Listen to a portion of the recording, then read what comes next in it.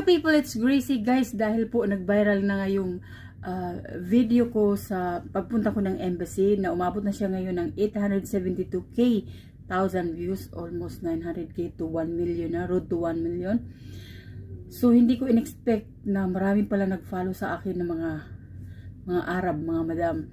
Ngayon nagpi-PM sila sa akin kung may mga kakilala ako na mga Pilipina na gustong pumunta sa Kuwait. Kasi nga, di ba, napabalita na po na mag-o-open na yung Kuwait for Filipino workers. And take note guys, hindi pa siya officially announced, but this said on July 23. So, hindi pa po bukas ang mga agency. Hindi pa sila officially in-announce na pwede na silang mag-accept ng mga applicants.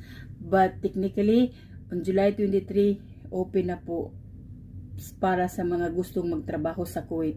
Pero ang alam ko, for those who have work experience lang. So ngayon marami pong nag-PM sa akin ng mga Arab na